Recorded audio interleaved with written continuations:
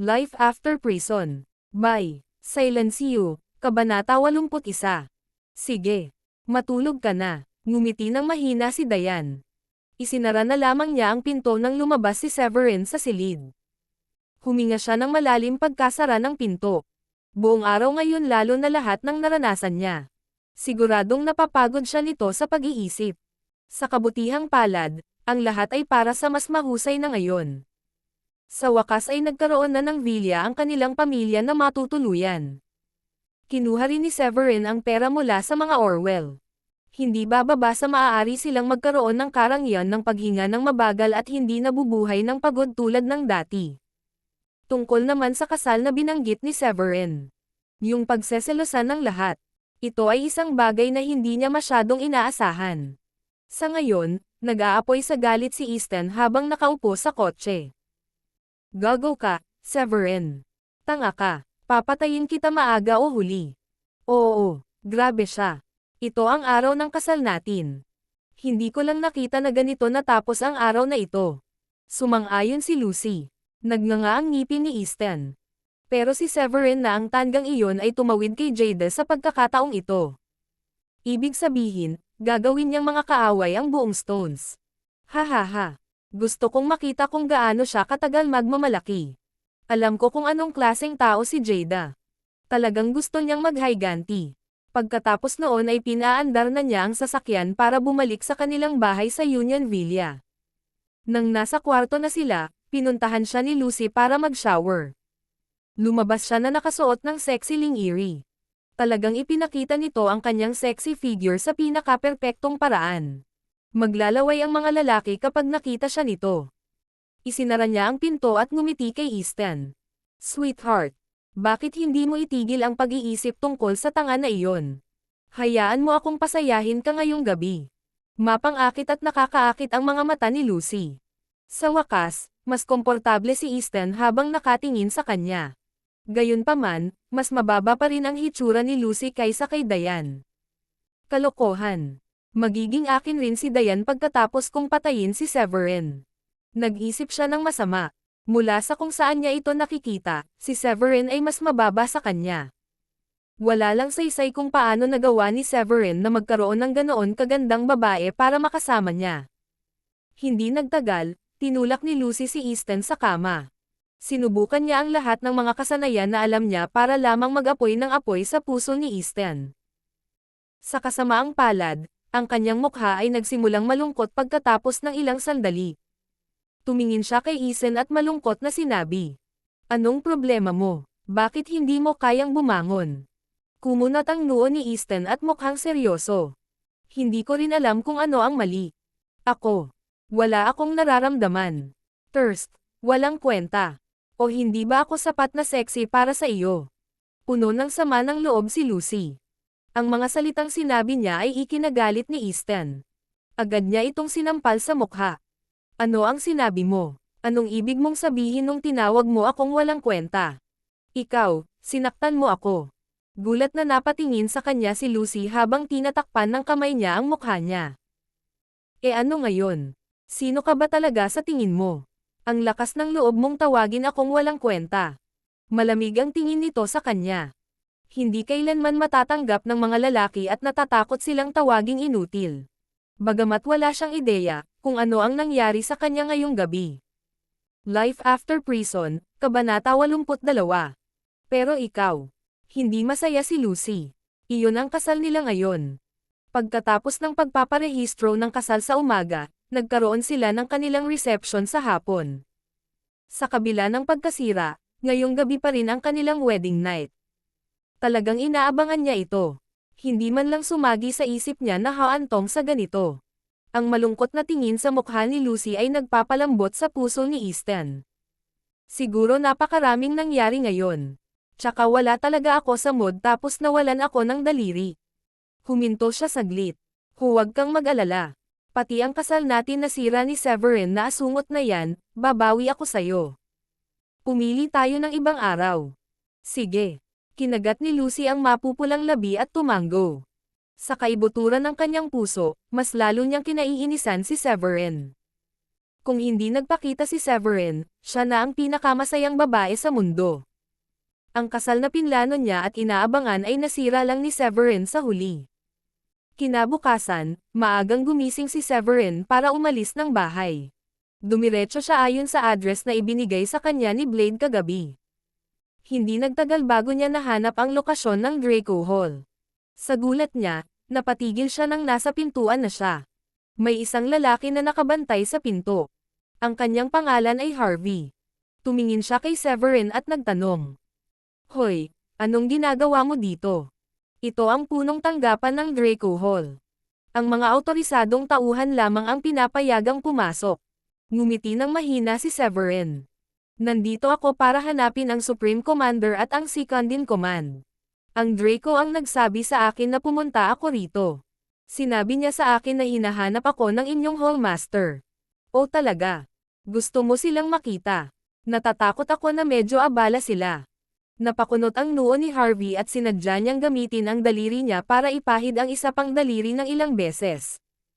Halata namang nanghihingi siya ng pera kapalit ng pagpasok ni Severin.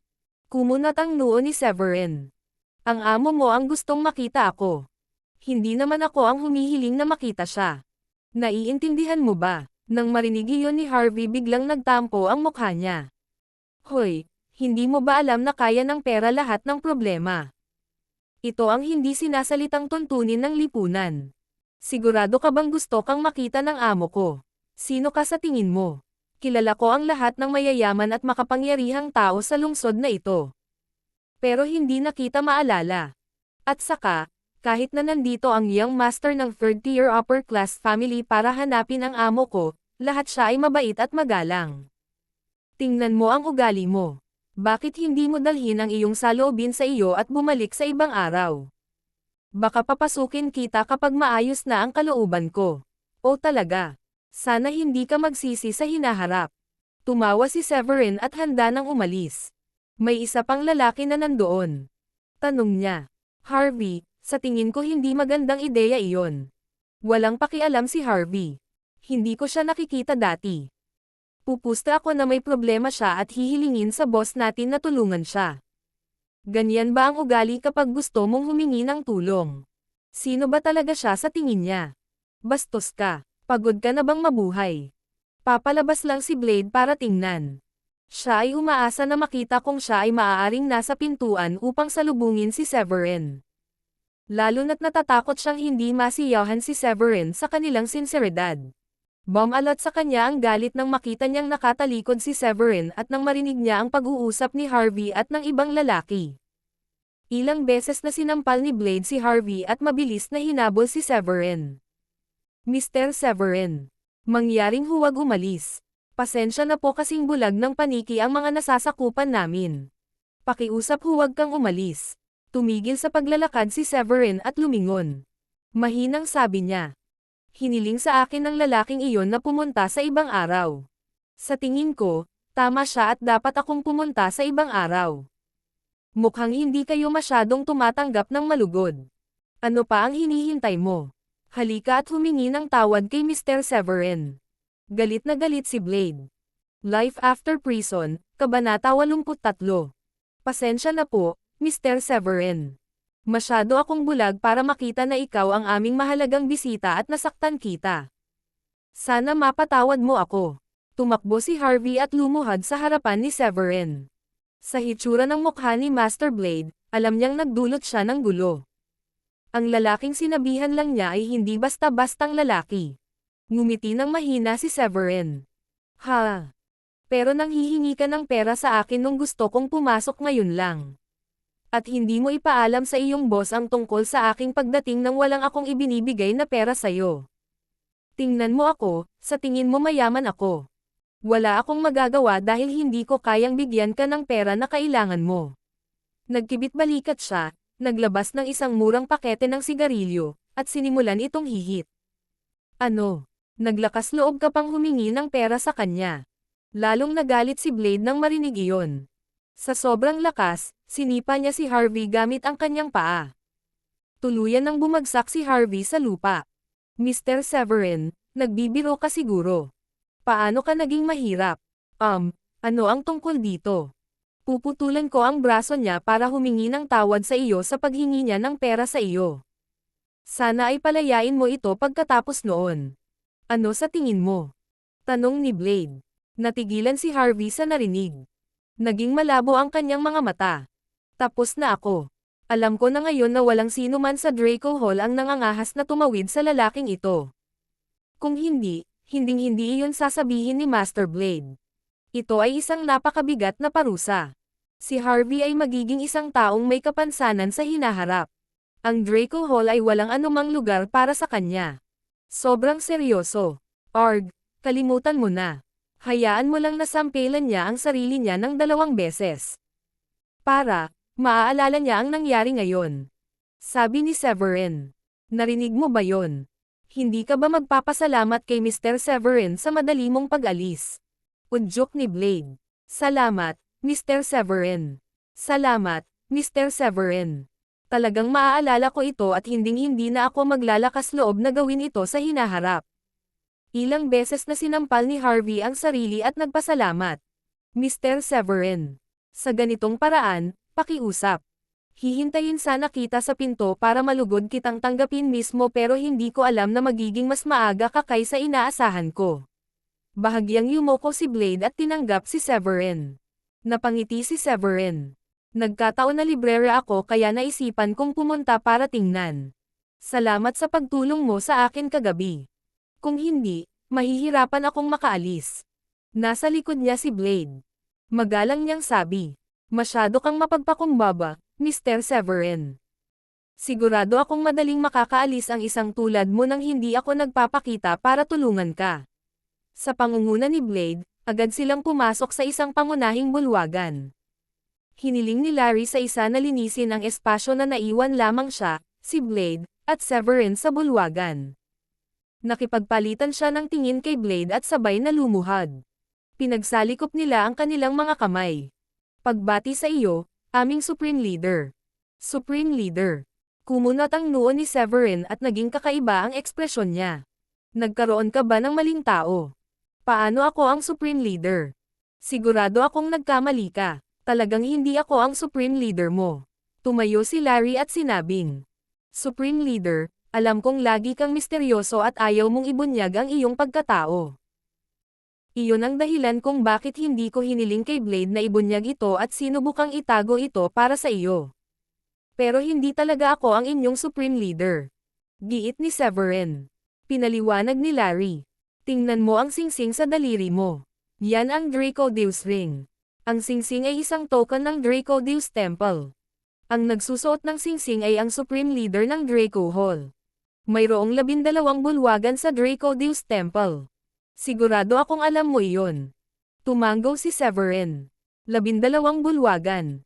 Oo, alam ko yon. Ang bawat bulwagan ay matatagpuan sa iba't ibang lugar at ito ay pinangalanan sa Oriental Zodiac. Draco Hall, Tigress Hall, Zeus Hall, Equus Hall, at iba pa. Sinabi na sa akin ng matandang wako noon. Kung ganoon ay tama nga. Sagot ni Larry. Life After Prison, Kabanata 84. Natuwa si Larry sa narinig.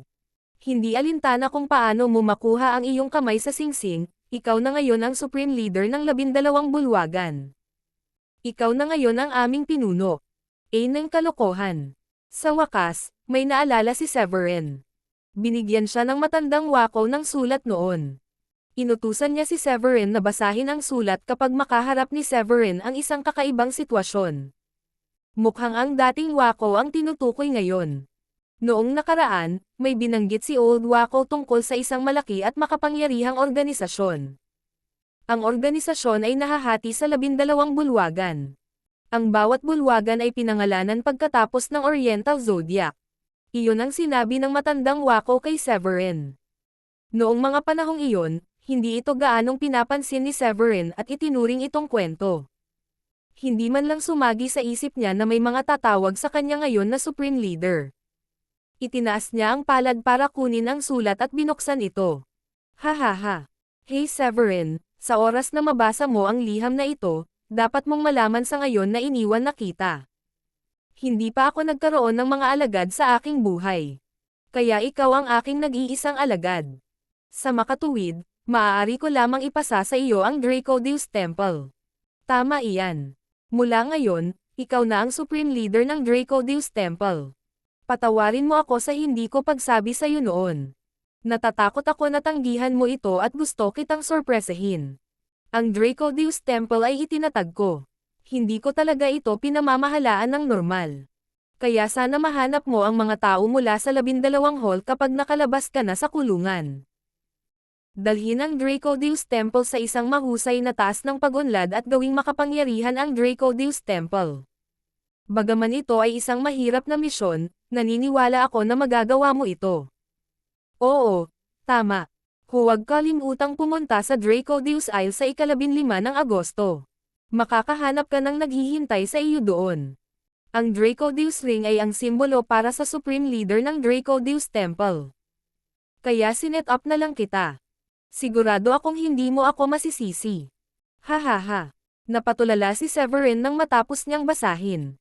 Sa katunayan, ang matandang Wako ay ang dating Supreme Leader ng Dracodeus Temple. Nang ibigay niya kay Severin ang singsing, ito ay kapareho ng pagpapasa ng posisyon ng Supreme Leader kay Severin. Ang masama pa nito, hindi ito para sa talakayan. Hindi man lang nagkaroon ng pagkakataon si Severin na tanggihan ito. Hinawakan niya ang sobra at naramdaman niyang may iba sa loob.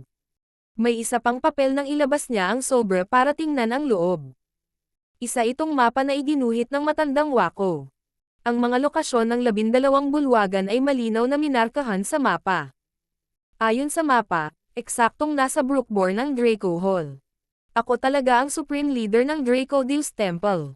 Gago talaga ang old Wako na iyon.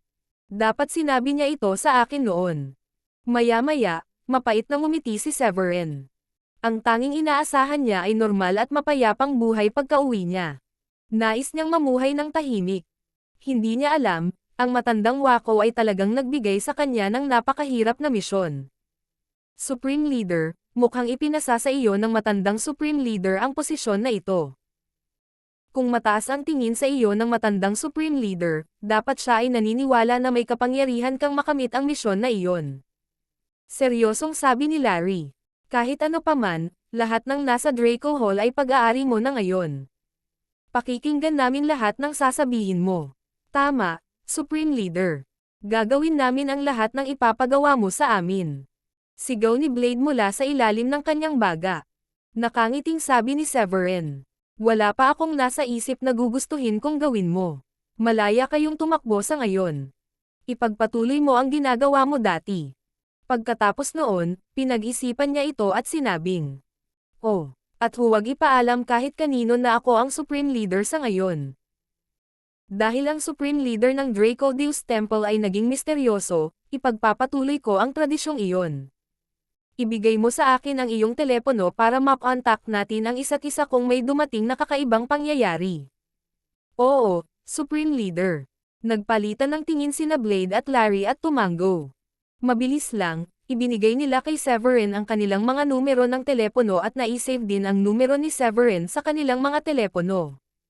Kung wala nang iba, aalis na ako. Sandaling nag-isip si Severin bago sinabi iyon. Supreme Leader, may isa pang bagay na kailangan namin ng tulong mo. Nahihiyang sabi ni Larry nang akmang aalis na si Severin. Life After Prison, Kabanata 85. Pakiramdam ni Severin ay hindi ganoon kadali ang mga bagay nang hilingin sa kanya ni Blade na pumunta rito. Si Blade at Larry ay kumikilos ng medyo masigla kung nakita nila ang singsing at nais nilang kilalanin siya bilang Supreme Leader. Sabihin mo, paano kita matutulungan?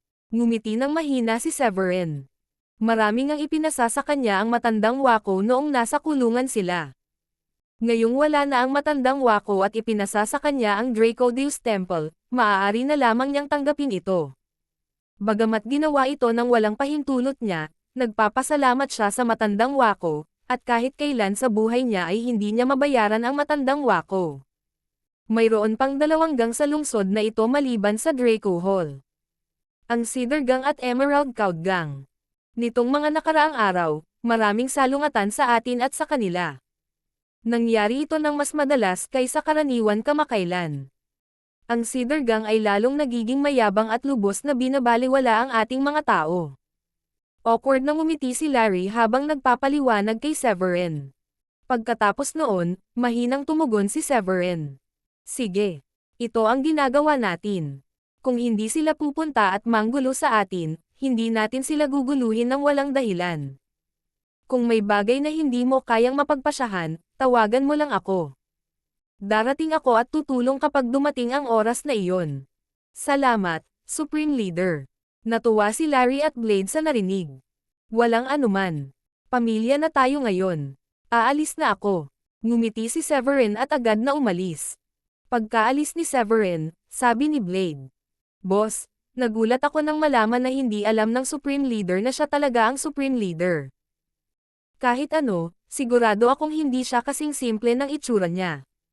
Dapat may dahilan kung bakit ginawa ng matandang Supreme Leader si Severin bilang bagong Supreme Leader. Napangiti si Larry. Wala tayong dapat ikatakot sa susunod na subukan ng mga miyembro ng Cedar Gang na maghanap ng gulo. Hahaha. Nilabanan ko ang lalaking may isang mata kahapon at binigyan ng ilang sampal. Oo, pinutol ko pa ang isang daliri niya. Tumawa si Blade. Magaling. Ngumiti si Larry ng may kasiyahan. Pagkaalis ni Severin sa Draco Hall, mabilis siyang nagmaneho at bumalik sa Dragon Lake Vista. Nakita ng mga bantay sa pintuan ang sasakyan ni Severin at mabilis na sumaludo sa kanya na may ngiti sa mga labi. Sa katunayan, takot silang masaktan si Severin. Ngumiti ng mahina si Severin. Pinaandar niya ang sasakyan papunta sa garahe ng unit niya, nagpark doon, at bumaba ng sasakyan. Bago siya pumasok sa sala, narinig niyang nag-uusap ang mga tao. Sa hindi malamang dahilan, tumigil siya at nagsimulang makinig. Nako, Dayan. Tingnan mo ang bahay mo. Napakaganda nito. Mas malaki pa sa bahay natin at mas marangya din. Ang ina ni Dayan, si Felicia. Napakunot ang noo ni Severin nang marinig ang boses nito. Wala siyang magandang pakiramdam na naiinis sa kanila. Hindi dahil sa hindi sila namumukod tanging tumulong sa kanya kahapon sa hotel. Kung tutuusin, sa pamilya ni Dayan, isa lang siyang mahirap na kalalabas lang sa kulungan na walang pera at kapangyarihan. Ang higit na ikinagalit niya ay kung paano nila sinubukang hikayatin si Dayan na makasama ang lalaking iyon, si Edward Horsfield. Gayunpaman, hindi niya inaasahan na makikita niya ngayon ang pamilya ni Dayan para bisitahin siya. Napangiti si Dayan.